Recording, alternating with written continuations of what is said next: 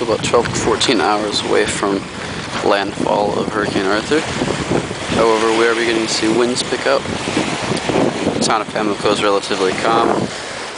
People are out fishing and biking around this morning. A couple of cumulus clouds from the outer bands of this storm. It's a bit more hazy up in the distance.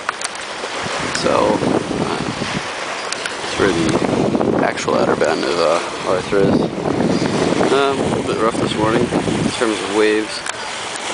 Expecting the wave height to get above this little seawall here, perhaps go into the parking lot of that hotel over there by this evening. We'll see how this develops. For now, just a quick update on the current sending of the storm. It's an 80-mile-an-hour hurricane, pressure of 982 millibars.